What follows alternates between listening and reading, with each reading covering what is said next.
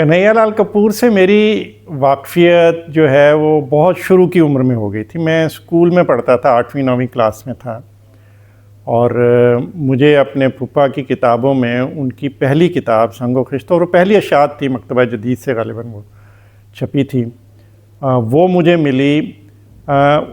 اردو سے میری دلچسپی تو تھی کہانیاں پڑھنے سے, بہت چھوٹی عمر سے, 4 5ویں کلاس سے.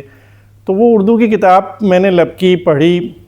وہ ایک عجیب سا طلسم جو ہے نا وہ اس کے حصار میں آ گیا, اور اخبار بینی, چینی شاعری اس مضامین تھے, اور غالب جدید شعراء کی محفل میں یہ معروف ٹیوٹر, یہ ان کے پہلی کتاب کے مضامین تھے. پھر انتصاب, یہ ایسے تھے جس نے مجھے شاید کچھ چیزیں میری سمجھ میں نہیں بھی آئی تھیں اس وقت, لیکن کنہیا لال کپور بہت متاثر کرتا چلا گیا مجھے. اور اس کے بعد میں نے پطرس کو پڑھا, تو مجھے ایسی ایک اس کے اندر ایک وہ نظر آئی کہ جیسے ایک دوسرے سے ملتے جلتے ہیں کہیں نہ کہیں, حالانکہ بہت مختلف بھی تھے. تو کنہیا لال کپور میرے ساتھ چلتا رہا. جوں میں کالج اور یونیورسٹی میں پہنچا تو کنہیا لال کپور کی دیگر کتابیں بھی میں نے ڈھونڈنا شروع کیں.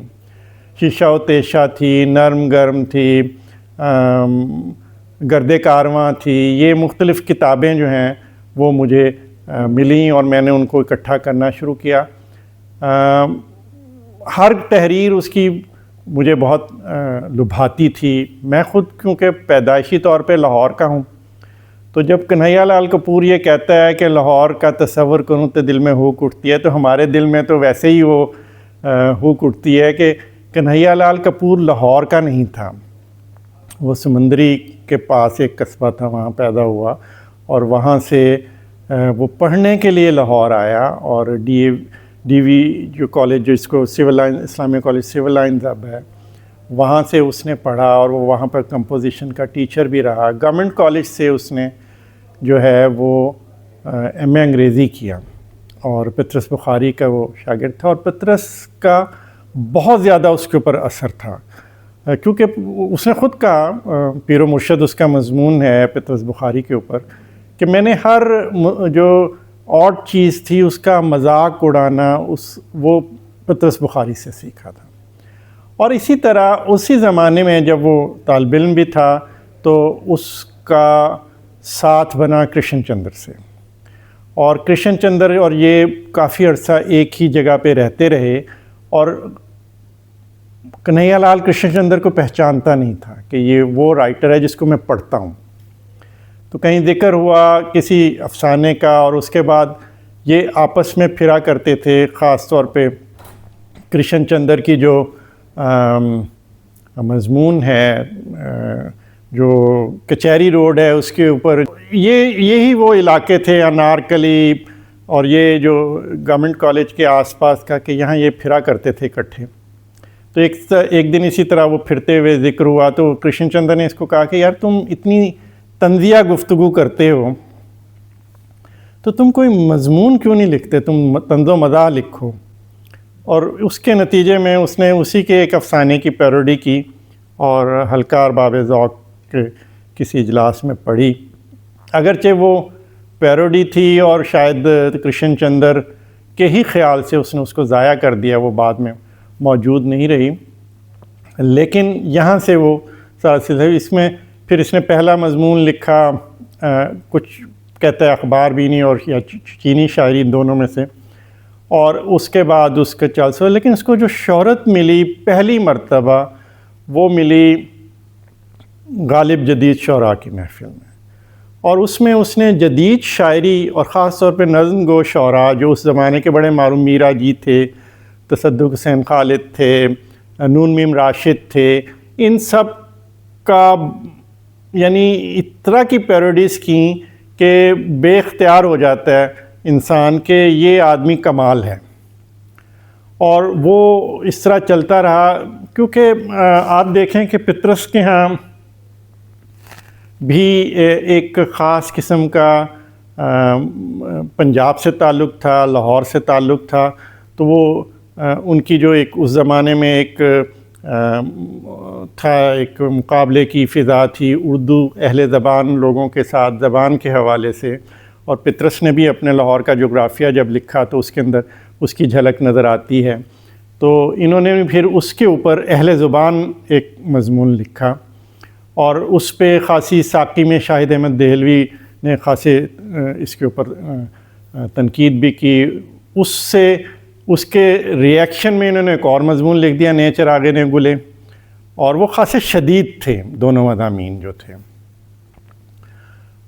ایک مضمون انہوں نے مطالبات کے نام سے بھی لکھا، جو اس وقت کے مسلم لیگ کے جو رہنما تھے ان کے مطالبات کے اوپر کوئی طنز تھی کافی شدید، وہ پھر انہوں نے ضائع کر دیا، وہ مضمون ان کا وہ نہیں رہا.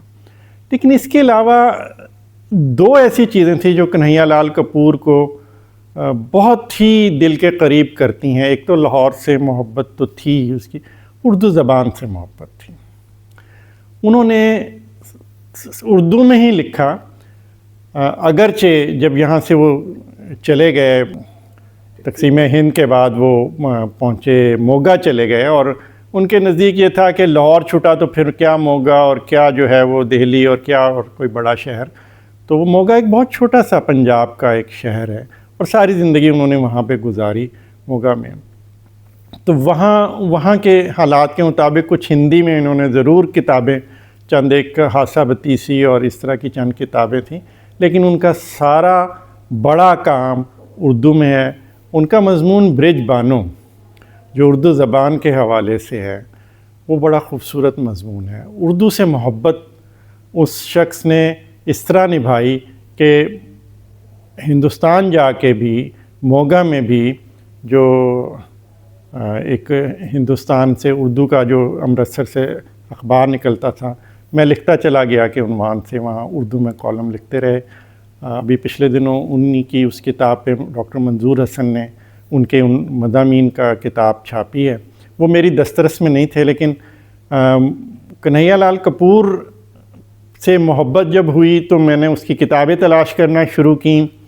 نذیر سن سے کتاب چھپی تھی کلیات کنہیا لال کپور، وہ دیکھی مجھے بڑی عجیب سی لگی. ایک تو اس کے اندر یہ نہیں پتہ چلتا تھا کہ کون سا مضمون کب کا ہے. وہ ایک سارے مضامین کو اکٹھا کر دیا، تو سارے مضامین بھی نہیں تھے، تقریباً آدھے اس کے اندر مضامین تھے. تو میں نے اس کے بارے میں مزید مضامین تلاش کرنے شروع کیے. اس دوران تمام کتابیں، گستاخیاں مجھے نہیں ملی، تو یہاں سے پاکستان سے پنجاب پبلک لائبریری کے کیٹلاگ میں موجود تھی، لیکن وہ فزیکلی ان کے شیلف میں نہیں تھی. تو میں نے انڈیا سے شمس الحق عثمانی صاحب جو دہلی یونیورسٹی میں اردو کے پروفیسر تھے، ان سے میں نے یہ، تو انہوں نے اس کی کاپی مجھے وہاں سے بھجوائی. اور وہ میں نے کپور نامہ، جس کو میرا آپ کہہ لیں کلیات نثر کنہیا لال کپور، کمپائل کیا. جس وقت میں نے یہ اکٹھا کرنا شروع کیا تو میرے ذہن میں یہ نہیں تھا کہ میں اس کو کیسے چھپواؤں گا یا کروں گا، میں اکٹھا کرتا چلا گیا. بہت سارے مجھے غیر مدون مضامین ملے جو ان کے کسی مجموعے میں نہیں شامل تھے. پھر خطوط ملے، اور اس سلسلے میں جو یہ خطوط تھے نقوش کے طفیل صاحب کو لکھے ہوئے خطوط بہت سارے مجھے ذخیرہ نقوش گورنمنٹ کالج یونیورسٹی سے ملے، اور محمد نعیم صاحب نے اس میں بہت معاونت کی میری. وہ ساری چیزیں جب میں نے مکمل کر لیں تو اس کے بعد میرا ارادہ تھا کہ میں اس کو ذاتی طور پہ چھپواؤں گا. تو فیصل آباد میں تھا ان دنوں، کمپوزنگ اس کی مثال پبلشرز کے محمد عابد نے کی، اور بہت عمدہ کمپوزنگ انہوں نے کی. ان کا اپنا اصرار تھا کہ وہ اپنے مثال پبلشر سے چھاپیں گے. لیکن اس دوران وحید قریشی صاحب ہمارے استاد بھی ہیں، میرے غیر رسمی استاد ہیں، میں نے ان سے کلاس روم میں نہیں پڑھا. تو وحید قریشی صاحب سے ذکر ہوا تو انہوں نے کہا کہ یہ میرا دوست تھا کنہیا لال کپور، اور اس کی کتاب میں مغربی پاکستان اردو اکیڈمی سے چھاپوں گا. تو اپنے استاد کے سامنے تو میں کوئی ایسی بات نہیں کر سکتا تھا، لیکن میں عابد کو ایک دن ان کے پاس لے کے گیا اور میں نے یہ بات کی کہ یہ چھاپنا. تو باقاعدہ ناراض ہو گئے وحید قریشی صاحب کہ میں تینوں کیا سی، پنجابی میں کہ میں تینوں کیا سی کہ میں چھاپنی ہے، میں تیرے نال ناراض ہو جاؤں گا۔ تو عابد بھی کہنے لگے کہ اچھا، وحید قریشی صاحب نے عموماً ان کی 200 سے 300 کی تعداد میں کتاب چھپتی ہے، اور یہ 1200 صفحے کی کتاب انہوں نے 500 کی تعداد میں چھاپی، اور اچھی کتاب چھپی تھی۔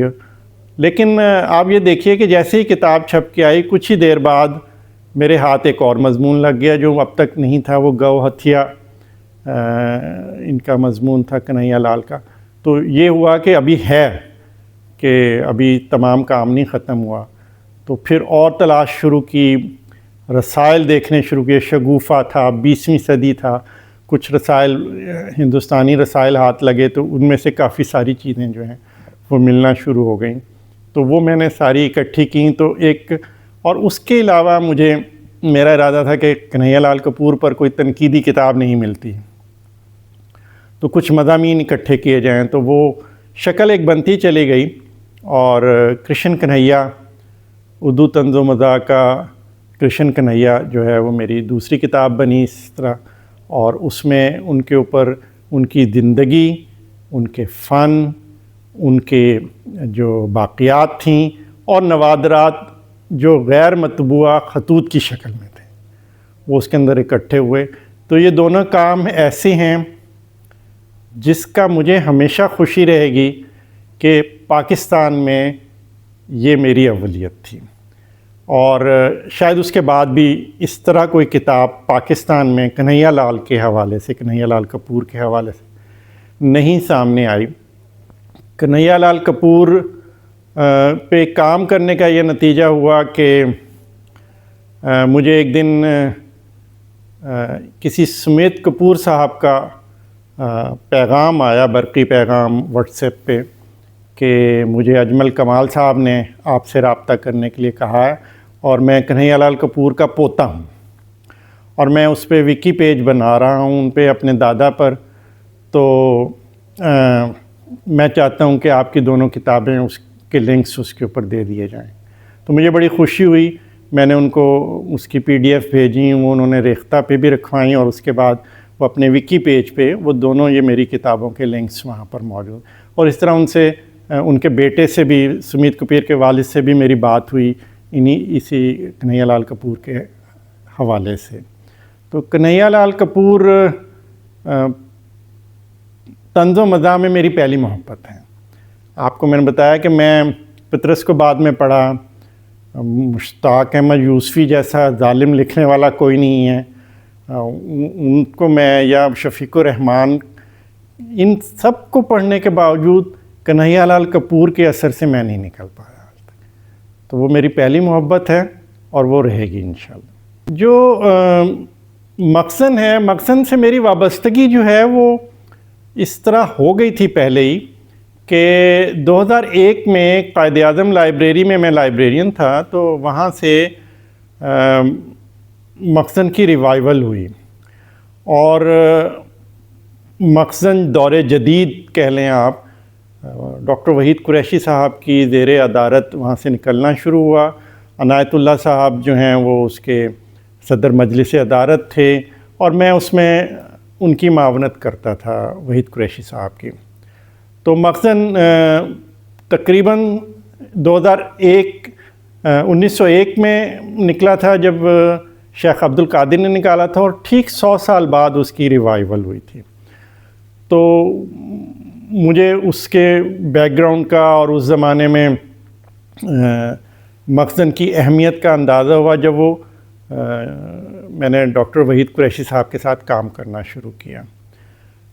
2011-12 میں جب میں PhD کر رہا تھا، تو موضوع کی تلاش میں نے مختلف جو ہے نا موضوعات سوچے، تو یہ جو اردو زبان و ادب کے فروغ میں مجلہ مخزن کا کردار ہے، اس کے اوپر ڈاکٹر طاہر تونسوی، ڈاکٹر سلیم اختر مرحوم، اور انہوں نے کہا کہ یہ بہت بہتر ہے، کیونکہ مخزن کے اوپر اس حوالے سے کوئی باقاعدہ کام نہیں ہوا۔ تو مخزن تلاش کرنا شروع کیا، اور الحمدللہ میرے پاس مخزن کے تمام شمارے اکٹھے ہو گئے، اور اس کا میں یہ سمجھتا ہوں کہ اس پہ کام کر کے مجھے جتنی خوشی ہوئی اس کی وجہ یہ تھی کہ مخزن وہ رجحان ساز رسالہ تھا جس نے اردو میں افسانہ نگاری کو پہلی مرتبہ تبادات افسانے کو شائع کیا۔ اردو کے پہلے 4 افسانے مخزن میں چھپے۔ اس کے علاوہ اقبال کی جو پبلک لانچنگ جو ہے باقاعدہ طور پر وہ مخزن سے ہوتی ہے۔ جو حمالہ ان کی مشہور نظم ہے وہ اپریل 1901 کے شمارے میں چھپی تھی۔ اس کے علاوہ مخزن نے جو اشاریے ہیں رسائل کے وہ پہلی مرتبہ بنائے اور وہ اس کے اندر آئے۔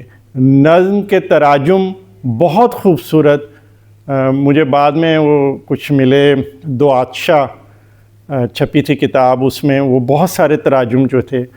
اقبال کا بہت سارا ایسا کلام جو اقبال نے متروک تھا، اقبال کا کلام وہ مخزن کے صفحات میں موجود تھا، جس سے صابر کلوروی صاحب نے اپنے تھیسس میں بہت کچھ کیا۔ پھر گیان چند جین نے اقبال کا ابتدائی کلام جو کتاب ہے اس کے اندر اس کو شامل کیا ہوا تھا، اور مجھے وہ ساری چیزیں ملیں۔ اقبال کی بڑی مشہور غزل ہے، یعنی مجھے بہت پسند ہے کہ دل کی بستی عجیب بستی ہے، لوٹنے والے کو ترستی ہے۔ یہ اقبال کا کلام ان کے کسی کتاب میں موجود نہیں ہے۔ بڑی یعنی وہ غزل پوری کی پوری غزل اس کے اندر مجھے وہ ملی، اور وہ بھی اس کے اندر ایک سلسلہ ہوتا تھا کچکول کے نام سے مخزن کے اندر۔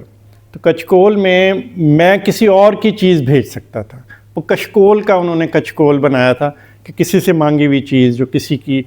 تو اقبال کا بہت سارا کلام لوگ سنتے تھے اور وہ اس کے اندر وہ بھیج دیتے تھے، کچکول میں موجود تھا وہ وہاں ہوا۔ اقبال نے جو کلام جس کی تصحیح کی، کچھ منسوخ کیا، کچھ پارشلی، وہ ابتدائی کلام سارا کافی سارا اس کے اندر موجود ہے اقبال کا۔ بہت سارے محمد علی جوہر، مولانا محمد علی جوہر کی ابتدائی، ابوالکلام آزاد کی ابتدائی تحریریں ہمیں مخزن میں ملتی ہیں، شروع کی سید سلمان ندوی کی شروع کی تحریریں ہمیں اس کے اندر ملتی ہیں۔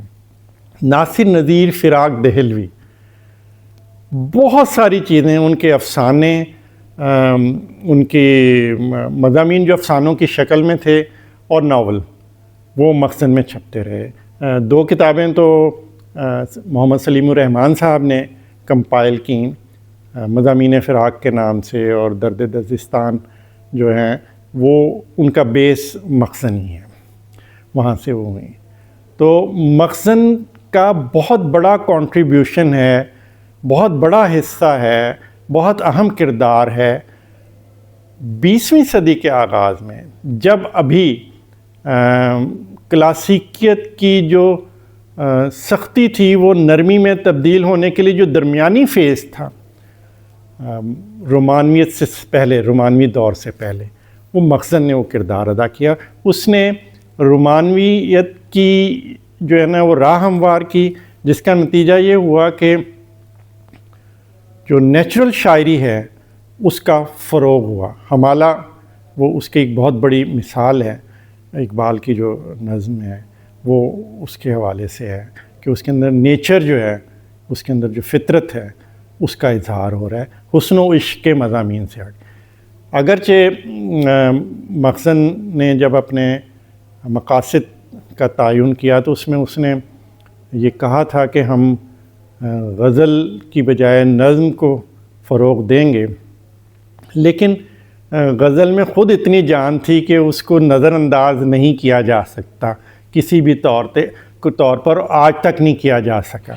نظم آئی ضرور، لیکن غزل نے اپنی جگہ اسی طرح برقرار رکھی۔ تو اس لیے اس نے شروع میں کوشش تو کی کہ نظم کو، اس نے تراجم بھی شائع کیے، بہت ساری چیزیں، لیکن پھر غزل کو بھی اس نے جگہ دی۔ مخزن مختلف ادوار میں شیخ عبد القادر کی اپنی جو منصبی مصروفیات کی وجہ سے کبھی رکتا رہا، پھر تقریباً 4 ادوار اس نے 1950 کے لگ بھگ پورے کیے، جس میں خود شیخ عبد القادر کا دور تھا، پھر بعد میں بہت سارے لوگ آئے جس کے اندر اس کو، پھر حفیظ جلندری نے ایک مرتبہ اس کو نکالا، پھر حامد علی خان جو ہیں انہوں نے اس کو نکالا۔ اس کے بعد یہ 50s میں 1950 میں یہ بند ہو گیا جب نوائے وقت سے نکلا تھا، اور اس کے بعد یہ پھر 2001 میں تقریباً 50 سال کے بعد ڈاکٹر وحید قریشی صاحب نے اس کو نکالا، اور لیکن اب اس کی نا صورت بدل چکی ہوئی تھی۔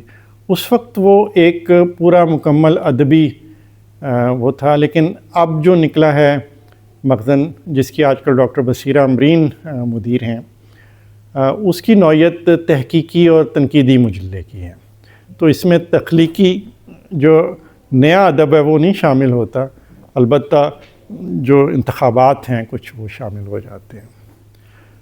تو مخزن ہماری ادبی تاریخ کا ناقابل فراموش باب ہے۔